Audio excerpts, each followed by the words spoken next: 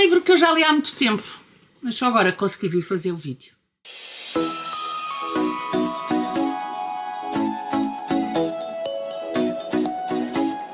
Olá, estou aqui para te falar de Faça Chuva ou Faça Sol, da Rachel Lynn Solomon. Eu já li este livro há algum tempo, confesso, mas ainda não tinha tido a oportunidade de fazer o vídeo. E eu li o livro anterior a este, que é o Fala com o Ex, e deixem que vos diga que entre os dois eu talvez prefira a história do Fala com o Ex.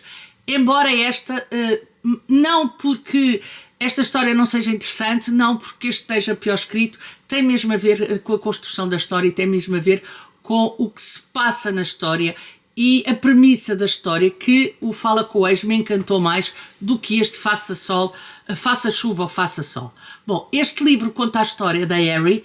A Harry é uma jovem que desde cedo quer ser meteorologista. Nós, quando vamos encontrar a Harry neste livro, ela já tem 27 anos e não é ainda meteorologista, mas trabalha com um meteorologista de serviço de uma determinada estação. Acontece que esse Torrance está com problemas pessoais e acaba por não orientar a Harry tão bem como aquilo que seria expectável ou seria desejável. E é a partir daqui que se constrói esta história. Esta história é uma história divertida, é uma história fofa. Eu resolvi fazer o vídeo exatamente nesta altura porque acho que é uma belíssima leitura de verão.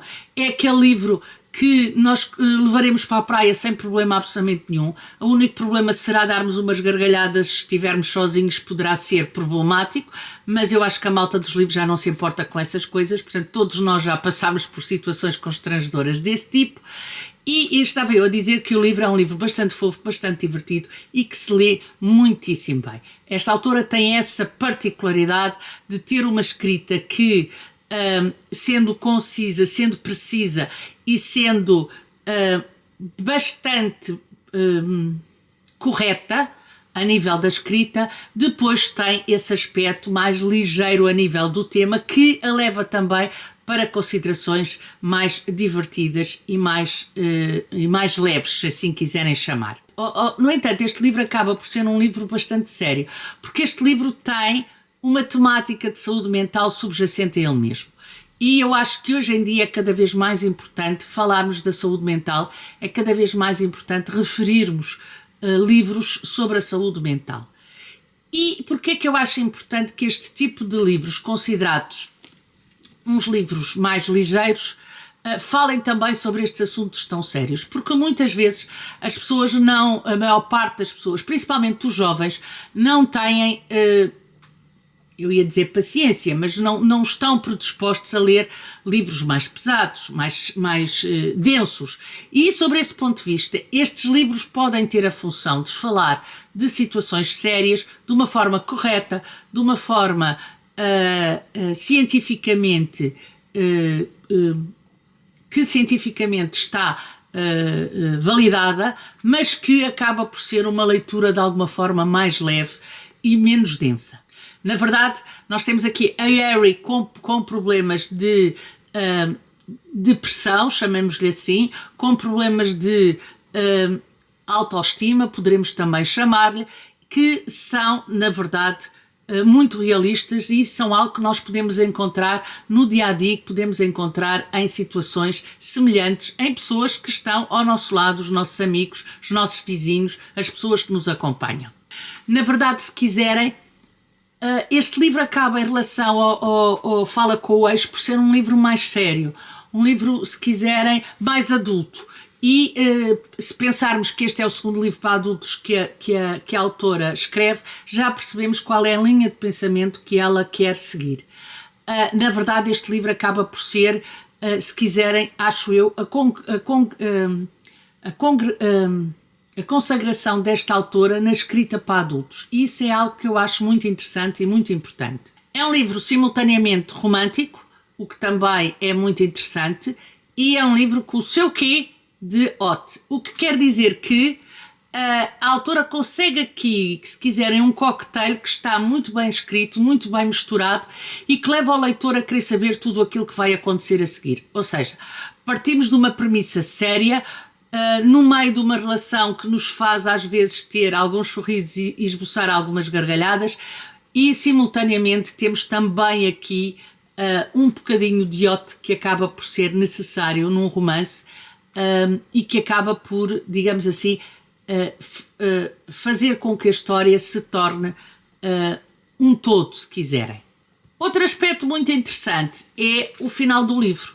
No final do livro, a autora tem uma série de perguntas que faz ao leitor e que faz com que o leitor, se quiser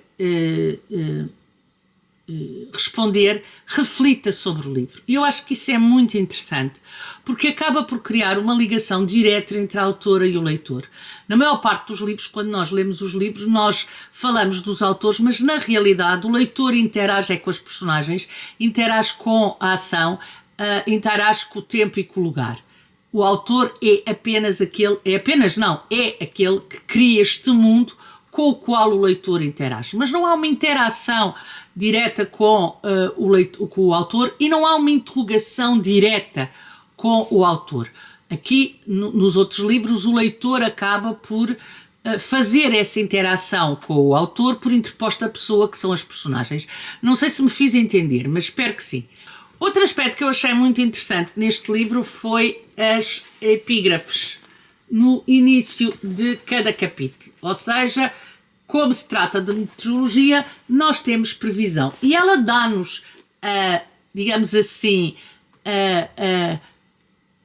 dá-nos a ideia do que é que se vai passar naquele capítulo através da previsão do tempo e através do momento em que ela nos diz aquilo que vai acontecendo ao longo do tempo.